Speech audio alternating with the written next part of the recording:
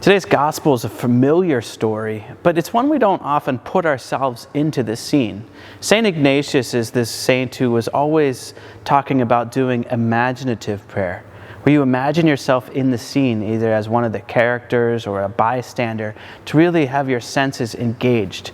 This scene, if you've read the gospel for today or heard it proclaimed, it's the storm and Jesus comes walking on the water. Imagine yourself in a boat, the Sea of Galilee. And this is back then, as before all this technology, all of these, gyroscopes and things that can make the boat balance. It's scary. They probably were very afraid for their lives. And as they look out into the ocean, it's the sea, as they look out, they see this figure walking to them. And they think it's a ghost, some of them, but then some of them is like, it's Jesus. And Peter says, if it is you, Lord, command me to come and walk towards you.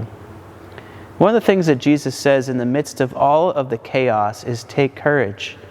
It is I. Do not be afraid. It's a great thing to bring that line into other parts of our lives. When we're anxious, when we feel the storms of life, when we feel the difficulties and the turbulence, can we hear the Lord say to us, in the midst of the storm, take courage. It is I. Do not be afraid. We believe that the Lord is the Lord of our lives, right? That He holds the whole world in His hands. He can take care of us, even in the midst of the storms. So the question becomes, do we invite the Lord into the storms, into the anxieties and difficulties? Or do we try to do it on our own?